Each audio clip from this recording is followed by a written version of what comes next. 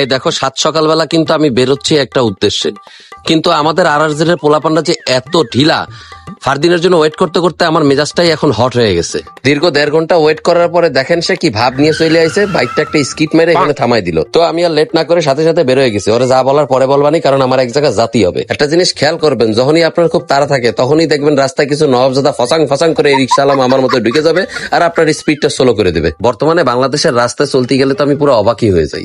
এই দেশের রাস্তার রাজারা হচ্ছে এখন অটোওয়ালা মামা। দেখেন কি সুন্দর করে উল্টো ভাবে চলে আসতেছে। আরে খালি অটোওয়ালাই নাকি, এই কম্পিটিশনে প্রাইভেট কার আর পিকআপওয়ালাও আছে। এদের অবস্থা দেখে পাশের দেশের থেকে মোদি সাহেব কি বলবে জানেন? বাহ, क्या सीन है।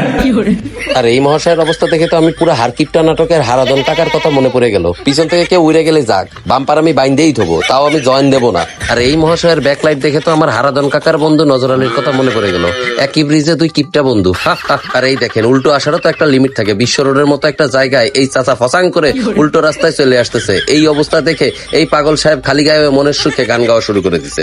আর এই বাসের কালো ধোয়া দেখে তো মনে হচ্ছে পাতলা পায়খানা হয়েছে, পুরো এলাকাটা ধোয়া ধোয়া করে দিয়ে যাচ্ছে। আচ্ছা যাওগা, সামনের দিকে আউগা। দেশের এই পরিস্থিতি দেখে আমি তো মেইন কথা বলতে ভুলেই গেছি যে আজকে বাইক বিড়ির 13 বছর পূর্তি অনুষ্ঠানে তারা এক এতিমখানাতে খাওয়াবে। কিন্তু এখানে কথা হচ্ছে হলো, সকালবেলা আমি এত তাড়াহুড়া কেন করতেছিলাম জানেন? কারণ বাইক বিড়ির সিও হাসান সেতু ভাই আমার ফোন দিয়ে খুব তাড়া দিছে, বলছে তুই তাড়াতাড়ি চলে, আমরা কিন্তু চলে আসছি। কিন্তু দেখেন আমি 1 ঘন্টা ধরে দাঁড়ায় আছি স্পটে আইসা, কিন্তু সিও সাহেবের কোনো খবর নাই। অবশেষে 1.5 ঘন্টা পরে বাইক বিড়ির সিও হাসান সেতু কান চুলকাতে চুলকাতে পদার্পণ করলেন। কি ভাব দেখেন, খাচ্চর গুলো আই লাভ ইউ টু।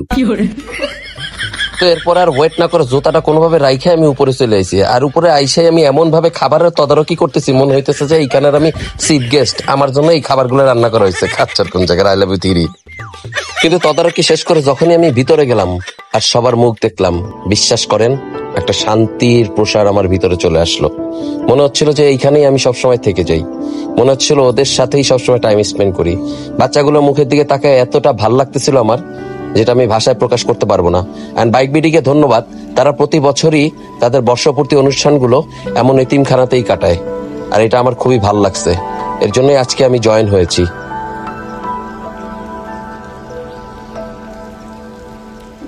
এদিকে খাওয়া দাওয়ার পরে আমার অবস্থা যে কি পরিমাণ খারাপ হয়ে গেছে সেটা একমাত্র আমি বুঝতেছি। কারণ আসার সময় আমার আম্মা পেট চুক্তি করে আমার নল্লি বিরিয়ানি খাওয়াই দিছে, আর আসার সাথে সাথে এখানে হাসান সেতু ভাই আমার জোর করে খাওয়াইতে বসছে। এরপর আমার পেটের অবস্থা কি সেটা আপনারা নিজেরাই দেখেন। প্রোগ্রাম শেষ করে নিচে আসার পর হাসান সেতু ভাই আগের দিনের মতো কিভাবে সেলফিটা নেওয়া যায় তাই প্ল্যানিং করতেছিল, কিন্তু শুভ্র সেন তা সেই ঘুরে বালি দিয়ে ফসাং করে ফোনটা উঁচা করলো আর আমরা সবাই শটাং করে দাঁড়ায় পড়লাম। সেতু ভাইকে সেলফিটা তুলতে দেওয়া হয়নি বলে সে রাগ করে ক্যামেরার সামনে থেকে সরে যেয়ে ক্যামেরার পিছনে বসে সবার ছবি তোলা শুরু করলো। এন্ড সেই সুযোগে আমি তো টাকি মাছের মতো মাথাটা বের করে শুভ্র সেনদার পাশে বসেই ছবিটা ক্লিক করে নিলাম। খাচ্চরগুলো আই লাভ ইউ টু। বিদায়ের বেলা বাইক বিটির ফরাদ বলল এখান থেকে 5 মিনিটের দূরত্বে ওর সেকেন্ড হ্যান্ড বাইকের শোরুম মোটর সিটি রয়েছে, তো ওইখানে নাকি আমার জাতিই হবে। তো আমিও চিন্তা করলাম যাই একটু ঘুরে আসি, কিন্তু এ কি 5 মিনিট তো শেষই হচ্ছে না। একে তো রাস্তা শেষ হচ্ছে না, তার মধ্যখানে এই মহোদয় আইসে আমার সাথে রেস খেলার জন্য। আর নিজের যান যায় যায় অবস্থা আইসে আমার সাথে রেস খেলার জন্য। মনটা চাইছে আর গায়ে স্যাপ দিয়ে আমি দৌড় দিই। বহুত কষ্টসাধ্য পার করে ফাইনালি আমরা মোটর সিটির সামনে চলে আইছি। আর এই লোকটা দেখেন আমাকে 5 মিনিটের কথা বলে 20 মিনিটের রাইড দিয়ে এখানে নিয়ে এসেছে। আর এদিকে ফারদিন দেখেন আমাকে কি বলে, কক্সবাজার লয়ে পড়ছে ভাই। মন মেজাজ খারাপ দেখে ফরাদ আমাদের সুন্দর করে নিয়ে আসছে এমন একটা জায়গায় যেটা দেখে আমি একদম শৈশবে চলে গেছি।